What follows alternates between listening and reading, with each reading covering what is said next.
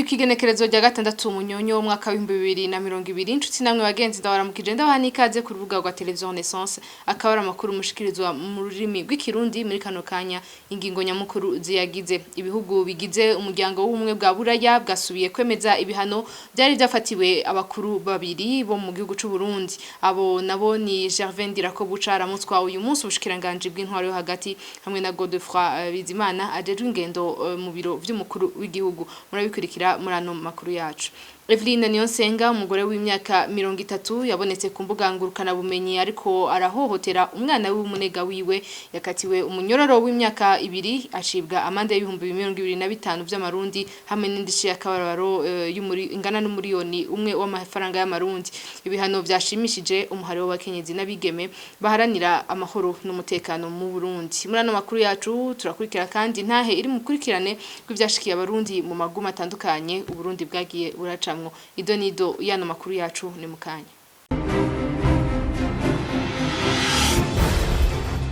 Ndasubiye kwa ikaze murano makuru yacu tuyatangurire mu bijanye na politike ibihugu bigize umuryango w'ubumwe bwa Biraya nkuko nayimije kwivuga bwasubiye kwemeza ibihano byari byafatiwe umushikiranganje w'intwaro yo hagati igihugu n'umutekano beniterambere ry'abanyagihugu Gervais Ndirakobuca hamwe na Godefroid Bizimana ajejwe ingendo mu biro vy'umukuru w'igihugu abo bategetsi uko ari babiri basanzwe bari mu bihangange bifata ingingo muri leta y'u Burundi bakaba bari bafatiwe ibihano ku mabi yakozwe mu njyane zadutse mu mwaka 2015 wini nkuru nziza. Ivyo bihano bihagaze kubabuza kugendera mu bihugu bigize umuryango w'ubumwe bwa Burayi hamwe no gufata amatungo yabo yoba ari muri ivyo bihugu. Umushikiranganje w'intwaro yo hagati mu gihugu, umutekano n'iterambere ry'abanyagihugu Gervais Ndirakobuca na komisari mukuru w'igipolisi Godefroid Bizimana ajejwe ingendo mu biro vy'umukuru w'igihugu c'u Burundi bari bamenyeshejwe iyo ngingo yafashwe mu kwezi kwa Nyakanga k'uyu mwaka. Nkuko vyabonetse mu kinyamakuru c'umuryango w'ibihugu vya Burayi kivuga ko abo begereye cane umukuru w'igihugu Ndayishimiye bari bafise gushika kwigenekerezo ya 29 z'ukwezi kw'icenda kugira babe bisiguye. Inyuma y'ukwezi umuryango w'ubumwe bwa Burayi wasubiye kwemeza ivyo bihano. Tubibutse ko umuryango w'ubumwe bwa Burayi wari wafatiye ibihano abo bategetsi babiri muri Gitugutu umwaka wa 2015 igihe haduka injyane zivuye ku kiringo ca gatatu ca Petero Nkurunziza harababona ko kidahuye n'amategeko. Bakaba bafatiwe ivyo bihano ku ruhara bagize muri zo njyane zakurikiye. Ico gihe Gervais Ndirakobuca yari umuyobozi mwishikira mu biro vy'umukuru w'igihugu Godefroid Bizimana akaba nawe yari cegera curongoye igipolisi c'u Burundi. Umuryango w'ubumwe bwa Burayi wabagiriza bompi kuba baragize uruhara rukomeye mu ihonyangwa ry'agateka kazina muntu. Umuryango w'ubumwe bwa Burayi ukaba kandi ubagiriza kuba baragize ibikorwa bihungabanya intwaro rusangi ko babaye kandi ntambamyi mu gutorera umuti w'ibibazo vya politike biri mu Burundi. Nayo mushikiranganje wa mbere Arangiyo mu Bunyoni akaba ari mu bihano nk'ivyo yafatiwe na leta zunze ubumwe bwa Amerika. Kuri izo ngingo zafashwe umuryango w'ubumwe bwa Burayi werekanye neza ko utemera amajambo aguma avugwa n'abategetsi b'u Burundi ko hari amahoro n'umutekano mu gihugu kandi hakirangwa ubwicanyi kunyuruzwa no guhagarika abantu biciye kubiri n'amategeko. Hakaba atamutegetsi n'umwe aragira icashikirije kuri iyo ngingo yafashwe n'umuryango w'ibihugu vya Burayi. Ndagukengurukiye wini nkuru nziza mu rukurikirane rw'ivyashikiye abarundi mu magume yatandukanye Burundi bwagiye buracamwo uno munsi twashikiriza ivyashikiye Ndayisaba Tita yahagaritswe imuruta mu mwaka wa 2015 n'uburongo iperereza mu ntara ya Kayanza yitwa Elifas mu busho bumwe bw'igipolisi mu ntara ya Kayanza niho yaborejwe igufa ahogwa kuba ari umurwanyi. Ari mvuye kuramutsa mushiki wanje ari mu ntara ya Kibitoke muri commune Mugina ntahutse niho nagwa nafatwa na documentation wo mu Kayanza wo bita Elifas ari kumwe n'utwara igipolisi mu ntara ya Kayanza bankura mu muduga tugeze ku bariyeri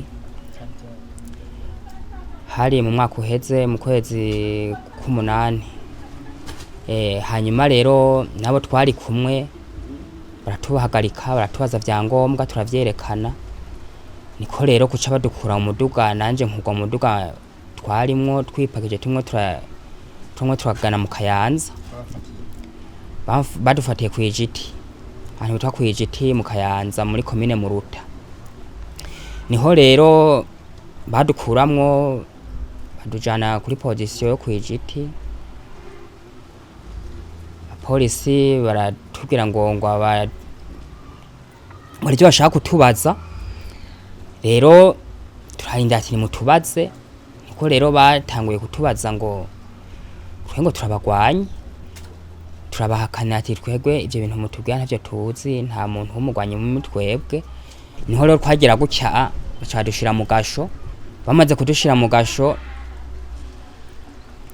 niho rero badusohora rero umukuru wa documentation Elifasi mu Kayanza ashitse n'uwo twari igipolisi mu ntara Kayanza bari kumwe n'abate babo bose niho batangura kudukubita ngo nitwemere ko turabagwanyi turabwatishwi twebwe nta muntu w'umugwanyi muri twebwe arimwo turakubitwa turashaya jewe rero niho Elifasi utwara documentation mu ntara Kayanza bari kumwe n'utwara igipolisi mu ntara Kayanza nyene niho Elifasi yankubita ibotine y'ikirato mu magara amagara acarameneka ndarambura amaboko nyene numva nyene ubwenge buragiye ndananura amaguru n'amaboko utwara igipolisi acaramubwira ngo uramwishe ngo kandi ngo n'abanyagihugu ngo barabibona ngo musango ngo kwica umuntu ngo abantu babona ngo namakosa ngo nibibi ngo reka Intahe yose y'ivyashikiye ndayisaba Tito mukazoyikurikirana kuva mu mpera z'inundwi ku mbuga ngurukana bumenyi zitandukanye za television Renaissance. Tubandanya n'amakuru yacu mu bijanye n'agateka kazina muntu sentare inkuru ya Ntahangwa yaraciriye urubanza Eveline Niyonsenga ngo gufungwa imyaka 2 ihadabu y'amafaranga 2025 hamwe n'indishyi y'akababaro ingana n'umuriyoni umwe w'amafaranga y'amarundi. Ubutungane bukaba bwamufashe inyuma yaho abonekeye ku kana bumenyi ariko araboreza igufa umwana w'umugabo wiwe umuhari w'abakenyezi nabigeme baharanira amahoro n'umutekano mu Burundi barashima kona ubutungane bwakoze akazi kabwo ariko rero bagahamagarira leta kwama yitaho gucungera agateka k'abana kuko uyo mwana atari we wenyene akorewe amabi inkayo kurikira umushingwamanza Jeanne d'Arc Zaninyana umunyamabanga mukuru w'umuhari w'abakenyezi nabigeme baharanira amahoro n'umutekano mu Burundi cyane biteye agahinda ko nta umuntu w'umuvyeyi novuga nuko yibungenze ikimondo ashobora gufata umwana akamukubita gushika naho umwana amubwira ati takambira Imana yonyene niyo yoza kugufasha kugutabara ico kandi ni ibintu bibabaje kuko abana barafise amategeko abakingira kandi ayo mategeko kenshi tuyasanga mu mategeko mpuzamakungu aharanira agateka k'abana n'igihugu cy'u Burundi cashize ko urukumu ariko ni ibintu kandi bitwereka yuko mu Burundi abana amateka yabo atubahirije na gatoshye ayo bigategwa nuko dufise leta itavyitayeho ariko kandi hariho ico no kwita itituka y'uruhara rw'umuvyeyi mu ndero y'umwana yukungena kura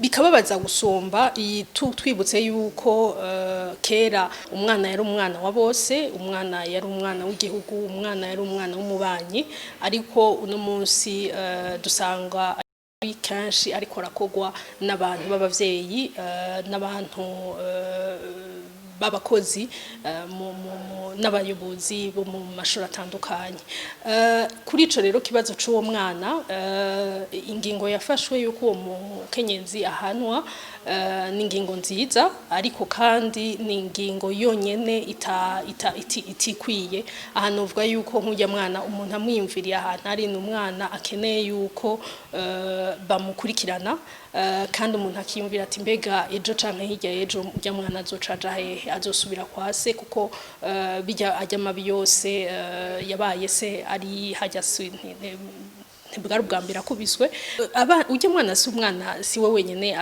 akorerwa mabi aha no baha nk'akarorero muri uku kwezi bakuye 10 turangije umuhari w'abakenyezi n'abigeme uharanira amahoro n'umutekano mu Burundi mu cegeranyo cayo usanzwe usohora twarabonye yuko hariho abana bangana 9 bafashwe ku nguvu abo bana bakaba bari hagati y'imyaka 3 n'imyaka 8 aba bafashe ku nguvu rero kenshi usanga ari abakozi bo mu rugo usanga ari basogokuru hariho umwe yafashwe ku nguvu na sogokuru wiwe ugasanga kandi harimo n'abayobozi bo ku mashure usanga bafata abo bana ku nguvu. Mu bijanye n'agateka kazi na muntu nyene musitanteri wa komine Ruhororo mu ntara ya Ngozi kuri wa mbere afashe ingingo yuko abakenyezi bose guhera saa 2 zo mwijoro bazobabarizwa mu mazu yabo. Iyo ngingo akaba yayifashe mu ntumbero yuko hari hamaze iminsi muri iyo komine hibonekeza inyifato y'abakenyezi bateramira mu tubari. Abize ivyo amategeko bakabona iyo ngingo ya musitanteri iteye kubiri n'amategeko. Umushingwamanza Jeanne d'Arc Zanenyana akabona ko iyo nyifato ya mstanteri ariyo kubuza uburenganzira bw'umukenyezi. Tumukurikira. Ningingo ubwa mbere na mbere itandukanye n'amategeko kuko umusanzu w'ikomine ataburenganzira na butoyi afise bwo gufata ingingo nkazijya zigabanya uburenganzira bw'abakenyezi. Ingingo nkazijya zisanzwe zifata n'abashinga amateka aribo bashiraho bavota amategeko. Ikindi naco ningingo iza itandukanye n'uburenganzira bw'abakenyezi muri bimwe tuvuga tuti hariho ukunganisha bw'abakenyezi n'abashinga ntahe. Kumva rero musitanteri ashobora kuvuga ati abakenyezi abigeme bazotaha amasaha akareka abandi bashinga ntahe gutaha amasaha bishakiye vyerekana yuko ya discrimination twama turiko turaba ikibandanya. Ikibabaje gusumba nuko iyo ngingo yafashwe n'umukenyezi yarakwiye gukingira abandi bakenyezi cane cane yarakwiye gukingira amategeko agenga abakenyezi. Uyo akaba yari umushingwamanza Jeanne d'Arc Zanenyana umunyamabanga mukuru w'umuhari w'abakenyezi n'abigeme baharanira amahoro n'umutekano mu Burundi.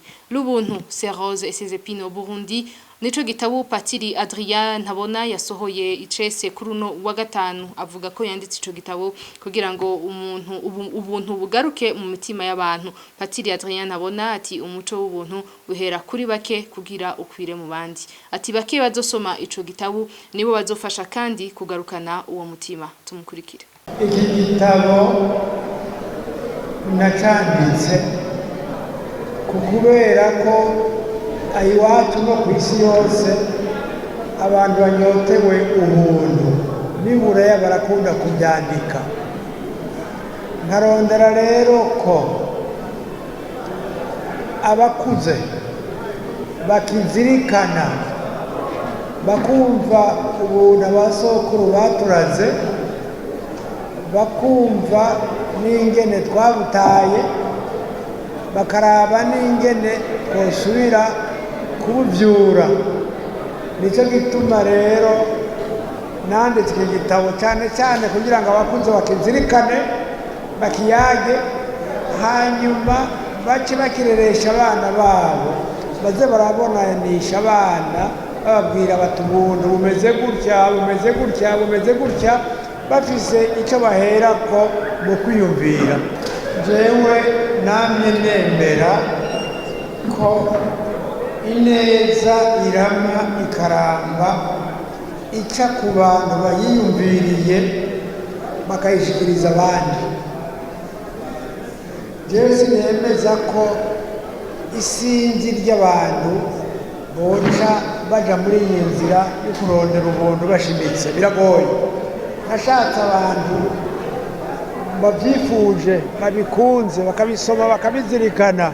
Jewe ndemeza ko ineza irama ikaramba yama ihera ku bantu bayumva bakayishira ku mutima bakayishikiriza abandi bayishira ku mutima akaba nk'amazi mu rukangaga bigatema bigakwira hose.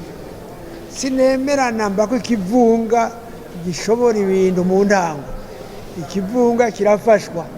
Nicyo gituma narondeye rero kwandika igitabo kugira ngo hagire abantu bakizirikana bongere ko ibyabo nabo bakuye mu miryango yabo iwabo. Hanyuma rero baheze bagwize ubuntu mu Burundi no hanze, n'abashaka kubijyana hanze bakabijyanayo, mugabo je nifuza babanza kubyumva.